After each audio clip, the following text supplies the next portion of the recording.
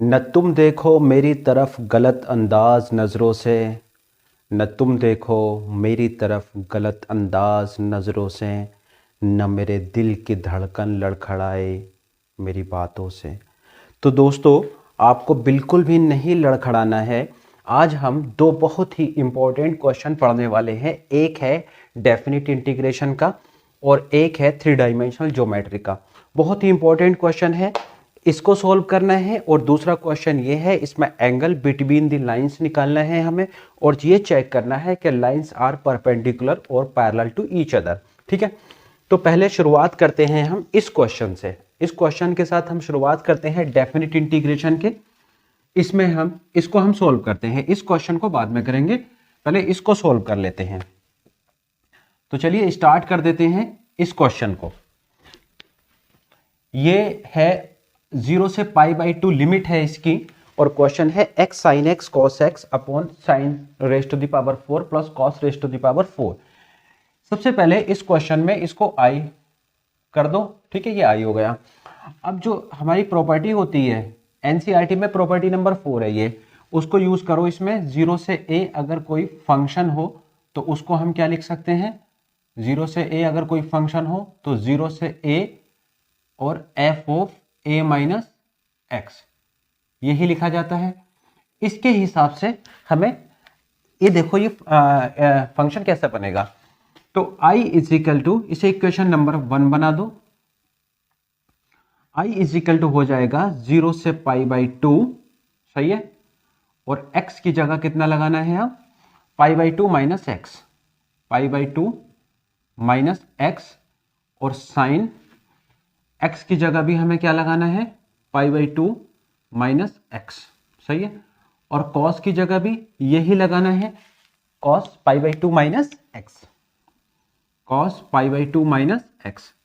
अच्छा, 90 minus theta चाहे sign हो चाहे cos हो, तो 90 माइनस थीटा क्या होता है, 90 माइनस थीटा में साइन का cos हो जाता है और cos का क्या हो जाता है, साइन। और ये सारे क्या होते हैं, प्लस होते हैं, क्योंकि फर्स्ट क्वाड्रेंट में ये सारी वैल्यू क्या होती हैं, पॉजिटिव होती हैं। ठीक है, तो अब यहां से आप ये देखो कि कौन कौन बदलेगा। आप और हम तो बदलेंगे नहीं, इस क्वेश्चन में कौन कौन बदलेगा। क्वेश्चन में बदलेगा 0 से π/2, सही है, π/2 माइनस एक्स, और π/2 माइनस एक्स हो गया। साइन 90 माइनस थीटा क्या हो गया, कॉस हो गया, और ये कॉस 90 माइनस थीटा साइन हो गया, यानी कि कॉस एक्स साइन एक्स, सही है। अपॉन अपॉन कितना है, अपॉन है साइन, ये कॉस हो गया, cos 4x plus sign 4x। ठीक है, यहां तक इक्वेशन नंबर इसको बना दो 2। देखो इक्वेशन 1 और 2 को जब हम जोड़ेंगे तो ध्यान दो, आप यहां पे लिखो पहले adding equation 1 and 2, adding equation 1 and 2। जब इक्वेशन 1 एंड 2 को हम ऐड करेंगे तो डिनोमिनेटर एक जैसा है, यस डिनोमिनेटर एक जैसा है। न्यूमरेटर में साइन और कॉस कॉमन है, सिर्फ x प्लस π/2 माइनस एक्स हमें लिखना पड़ेगा। ठीक है, तो ये हो जाएगा 2i इज इक्वल टू 0 से π/2 लिमिट है, सही है। और ये हो जाएगा आपका x plus π/2 minus x, x plus π/2 minus x, और बाहर क्या है, sine x cos x, into में ही है, कोई भी पहले लिखा हो सकता है, बात एक ही है, dx अपॉन, इसके अपॉन में क्या चलेगा जरा देखो, इसके अपॉन में है चाहे sign 4x plus cos 4x लिख दो, चाहे cos 4x plus sign 4x लिख दो, उससे कोई फर्क नहीं पड़ेगा। तो sine 4x plus cos 4x, सही है यहां तक। अब मुझे जरा बता दो कि x से x काट देंगे हम, π/2 बाहर लिख देंगे और इसको जो बचेगा उतार देंगे। तो 2i इज इक्वल टू हमारे पास कितना आएगा, 2i इज इक्वल टू आएगा, देखो π/2 तो बाहर कर दिया, π/2 बाहर कर दिया, और ये 0 से π/2, सही है, 0 से π/2 sign X into cos x, sign X into cos x, ठीक है, dx अपॉन कितना है, अपॉन है sign 4x plus cos 4x, sign 4x plus cos 4x। अब हमें इसको किस तरीके से सोल्व करना है, हमें न्यूमरेटर और डिनोमिनेटर को cos की पावर 4x से डिवाइड करना है। ये आप कॉपी कर लो, कर लिया आपने ये कॉपी, ठीक है। देखो अब हमें cos 4x से डिवाइड करना है न्यूमरेटर को और डिनोमिनेटर को, तो क्या आएगा हमारे पास, cos 4x से हमें डिवाइड करना है, तो cos 4x से हम इसको डिवाइड करेंगे तो ये आ जाएगा 2y is equal to pi by 2, ठीक है, 0 से पाई बाई 2, 0 से पाई बाई 2, सही है। और sine x into cos X upon sine X into cos X upon cos 4x, ठीक है, यहां तक कॉस 4x। ऐसी इसको नीचे डिवाइड कर दो तो sine 4x upon cos 4x, denominator के टर्म को भी हम कॉस 4x से डिवाइड कर रहे हैं, cos 4x upon cos 4x, ठीक है, सही हो गया है तक, यानी कॉस 4x से न्यूमरेटर और डिनोमिनेटर को हमने डिवाइड कर दिया, यहां से ये कट जाएगा, ठीक है। अब न्यूमरेटर से देखो क्या बचेगा, न्यूमरेटर को ऐसे लिख दो 0 टू पाई बाई 2। अच्छा साइन कोस में 4 है यहां पर, आप ध्यान से देखना, एक कोस से तो हम एक कोस काट देंगे, तो क्या बचेगा साइन x अपॉन जो cos 3 बचेगा उसको ऐसे लिख दो cos x into cos square x, अभी भी बात वही है क्योंकि 3 हो गई है, अपॉन और नीचे क्या हो जाएगा, ये हो जाएगा tan 4x प्लस 1 और dx, ठीक है। अब यहां से देखो साइन अपॉन कॉस तो हो जाएगा हमारे पास, साइन अपॉन कॉस हो जाएगा 0 से पाई बाई 2, तो लिमिट ऐसी ही लिखो, और साइन अपॉन कॉस क्या होगा tan, इसको लिख दो tan x, सही है, इंटू ये हो गया sec square x upon tan की power 4x plus 1 dx, done हो गया यहां तक। अब यहां एक काम कर लो, tan स्क्वायर x को आप t लेट कर लो, tan स्क्वायर x को यहां से t लेट कर लो, तो tan स्क्वायर x को जब हम t लेट करेंगे तो क्या आएगा, इसका डिफरेंशिएशन चेन रूल से dt upon dx is equal to tan x का क्या होता है sec स्क्वायर x हो जाएगा, sec स्क्वायर x हो गया, इंटू और tan स्क्वायर x का क्या होगा 2 tan x, एक बार 2 tan x करके लिख जाएगा, ठीक है। तो यहां से dx की वैल्यू हमारे पास कितनी आएगी, dt, ये सारी चीजें ये dt के अपॉन में आ जाएंगी, तो यानी कि 2 sec square x into tan x, done. अब ये dx की वैल्यू इसमें डाल दो, तो 2i इज इक्वल टू क्या आएगा हमारे पास, 2i इज इक्वल टू जरा देखो क्या आएगा, 2i आएगा tan x into sec square x, तो ऐसे लिखो, और नीचे जो tan की पावर 4x है उसको कैसे लिखेंगे वो देख लो, 0 से पाई बाई 2, 0 से पाई बाई 2 तो लिमिट है, सही है, और tan x into sec square x, tan x into sec square x, done, upon, अब जरा देखो इसमें जो tan की पावर 4x है, हमने tan स्क्वायर x को t माना है, तो t स्क्वायर प्लस 1 हो गया, और dx की वैल्यू कितनी है dt upon 2 sec square x into tan x। अब यहां से 2 sec square x, tan x से tan x काट दो, sec स्क्वायर x से sec स्क्वायर x काट दो, 2 बाहर निकाल लो, तो ये हो गया पाई अपॉन 4 हो गया। अभी हमने इसकी लिमिट भी नहीं बदली है, अभी हम इसकी लिमिट भी बदलेंगे, पाई अपॉन 4। अब लिमिट देख लो, जब हमने tan स्क्वायर x को t लेट किया है ना, समझते रहे ना, तो x के 2 मान हैं, जब x का मान 0 होगा तो t कितना होगा, जब यहां पर x इज इक्वल टू 0 है, x इज इक्वल टू 0 है, तो t इज इक्वल टू कितना होगा tan स्क्वायर x की जगह 0 तो ये 0 ही आ जाएगा, ठीक है। और जब x is equal to pi by 2 है, जब x इजिकल टू क्या है पाई बाई 2, तब उसके लिए हमारे पास t का मान कितना होगा, t is equal to 10 square pi by 2, 10 square pi by 2। अच्छा 10 पाई बाई 2 कितना होता है, इन्फिनिट होता है, और इसका स्क्वायर भी क्या होगा, इन्फिनिटी रहेगा, ठीक है, इन्फिनिटी हो जाएगा। तो ये हमारी जो लिमिट आएगी वो आएगी 0 से इन्फिनिटी। x इजिकल टू 0 पे क्या था 0, और x is equal to pi by 2 पर क्या है इन्फिनिट, तो 0 से इन्फिनिट हो गया, ठीक है।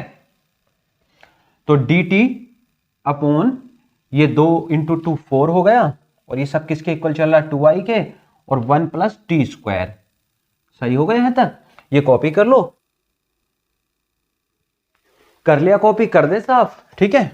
तो अब ये इसका इंटीग्रेशन आप देखोगे तो इसका इंटीग्रेशन क्या आएगा, इसका ये 10 का फॉर्मूला होता है, ये किसका फॉर्मूला होता है tan इनवर्स x का, ठीक है।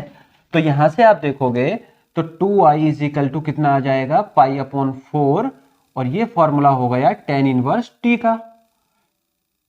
बाकी लिमिट हमारे पास है 0 से इन्फिनिट। अब यहां पर प्रॉपर्टी, यहां पर लिमिट लगा दो। लिमिट कैसे लगाएंगे, पाई बाई 4 ऐसे लिखो, ठीक है, और 2 ब्रैकेट लगा दो, बीच में माइनस जरूर लगाना क्योंकि अपर माइनस लोअर होती है। पहले tan इनवर्स t की जगह कितना लिखेंगे इन्फिनिट, फिर उधर tan इनवर्स t की जगह कितना लिखेंगे 0, और tan इनवर्स इन्फिनिटी का मान कितना होता है फिर से पाई बाई 2, तो पाई अपॉन 4, सही है, ये पाई बाई 2 हुआ माइनस 0, तो कुल मिला के पाई स्क्वायर अपॉन 4 टू जा 8, सही हो गया, 2i, और i इज इक्वल टू कितना आ गया पाई स्क्वायर अपॉन 8 टू जा 16, आंसर आ गया। ये कॉपी कर लो आप। उसके बाद ये थ्री डायमेंशनल ज्योमेट्री का हम क्वेश्चन लेंगे, पहले आप इसको उतार लो। देखो ये है, अब हमें हमारे पास 3 डायमेंशनल ज्योमेट्री का क्वेश्चन। इसमें हमें क्या करना है, हमें इनके बीच का एंगल निकालना है। ये कार्टेशियन इक्वेशन है, ठीक है। कार्टेशियन इक्वेशन के बीच एंगल का क्या फॉर्मूला होता है मैं अभी बताऊंगा आपको। तो लाइन हमें एक साथ में एक क्वेश्चन और है, हमें इसमें यह भी बताना है कि लाइन पैरेलल है या परपेंडिकुलर है। पैरेलल कब होंगी, जब 0 एंगल आएगा। परपेंडिकुलर कब होंगी, जब 90 डिग्री का एंगल आएगा। तो हम देखेंगे कि एंगल कितना आ रहा है, पहले तो एंगल निकालेंगे, ठीक है। लेकिन जिस फॉर्म में ये इक्वेशन लिखी हुई है वो ठीक नहीं है एक्चुअल में, क्योंकि कार्टेशियन इक्वेशन क्या होती है, x minus x1 upon a is equal to y minus y1 upon b is equal to z minus z1 upon c। ये कार्टेशियन इक्वेशन होती है। तो थोड़ी ये इक्वेशन गलत है, इसको सही करके लिखेंगे हम। अब जैसे इस क्वेश्चन में दोस्तों एक्चुअली में यहाँ पर माइनस है, तो अब इसको हमें सोल्व करना है, एंगल निकालना है। पहले तो इन लाइन को थोड़ा सा आप सही से लिखो। देखो लाइन 1 है हमारे पास x plus two upon minus X plus two upon minus 2 is equal to Y minus 1 upon 7 is equal to कितना है z प्लस 3 अपॉन माइनस 3। सही है ना। एक लाइन ये है और दूसरी लाइन क्या है, x plus 2 upon minus 1 is equal to 2y minus 8 upon 4 is equal to z minus 5 upon 4। ये हमारे पास इक्वेशन है, ठीक है। तो पहले यहां से माइनस कॉमन ले लो, तो x माइनस 2 हो जाएगा, सही हो गया, अपॉन माइनस 2। इसको ऐसे ही उतार दो सबको, क्योंकि ये ठीक ठाक लग रही हैं। Coefficient of X Y Z हमेशा पॉजिटिव होना चाहिए और 1 होने चाहिए। तो यहां से ये हो जाएगी x माइनस 2 अपॉन ये प्लस 2 हो गया, और y माइनस 1 7 हो गया is equal to z plus 3 upon minus 3 हो गया। अब वैसे इक्वेशन क्या होती है, ये लाइन 1 की इक्वेशन है और ये लाइन 2 की है, ठीक है। हमारे पास इक्वेशन क्या होती है, कार्टेशियन इक्वेशन। कार्टेशियन इक्वेशन हमारे पास क्या होती है दोस्तों, वो क्या होती है वो लिख लेते हैं एक बार। वो होती है x minus x1 upon a1 is equal to y minus y1 upon b1 is equal to z minus z1 upon c1। a1 b1 c1 क्या है, डायरेक्शन रेशो है।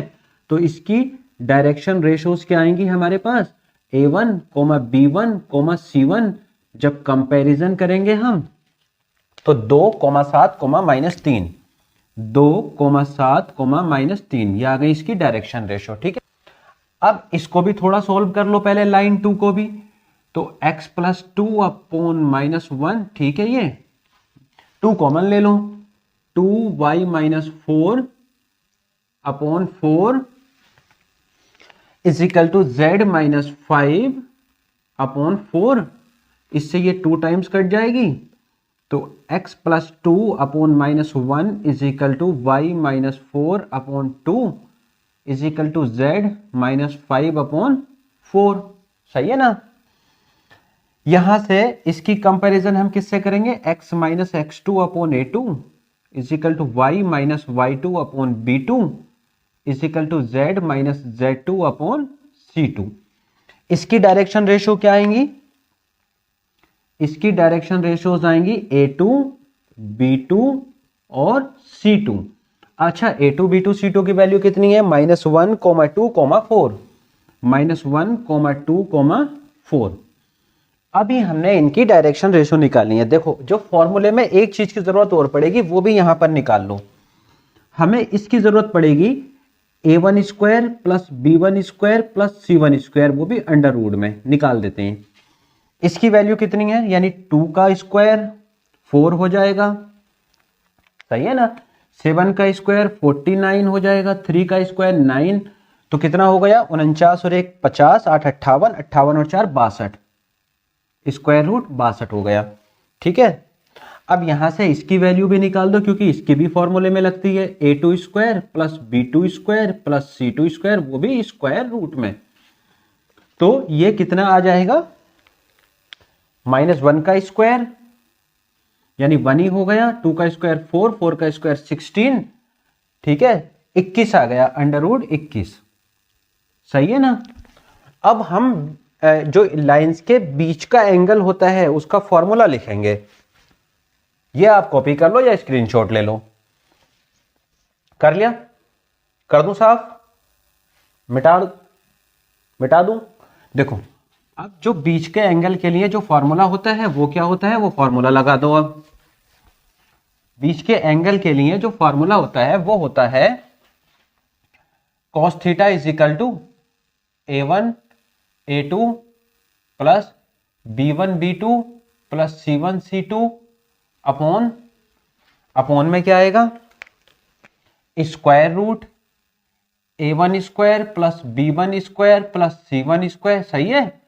और यहां पर square root a2² + b2² + c2², ये formula होता है। इसलिए मैंने ये वैल्यू निकाली थी, क्योंकि ये लगनी है। a1 का मान देख लो कितना है, 2 है, a2 का मान कितना है, -1 है, b1 कितना है, 7 है, b2 कितना है, 2 है, c1 कितना है, -3 है, सही है, c2 कितना है, 4 है, अपॉन इसका मान तो मैंने आपको पहले ही निकाल दिया है। इसका मान है स्क्वायर रूट 62 और इसका मान है स्क्वायर रूट 21, सही है। अब ये हो गया -2 + 14, सही है, -12 अपॉन, इनकी मल्टीप्लाई मत करो, उसकी जरूरत ही नहीं पड़ेगी क्योंकि ऊपर की टर्म 0 आ रही है। 62 × 21 और ये देखो 14 माइनस सेम आ गया अपॉन स्क्वायर रूट 62 × 21। इससे इसको डिवाइड करोगे तो कितना आया, 0।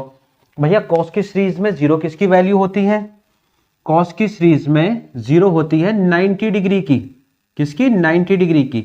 तो कॉस से कॉस खत्म, थीटा = कितना आया, 90 यानी कि π/2। थीटा = कितना आया, 90 या π/2। इसका मतलब क्या हुआ कि lines are perpendicular to each other. अगर 0 आता तब पैरेलल होती, तो हम यहां पर क्या लिख सकते हैं, lines are perpendicular, lines are perpendicular to each other. तो ये 2 इंपॉर्टेंट क्वेश्चंस थे, आपने सही से समझे होंगे। हो सकता है दोनों ही आ जाए, नहीं तो एक आने के काफी चांसेस हैं एंगल बिटवीन 2 लाइंस के। ठीक है, मिलते हैं अगली वीडियो में। वीडियो को लाइक करें, चैनल को सब्सक्राइब करें। Thank you very much.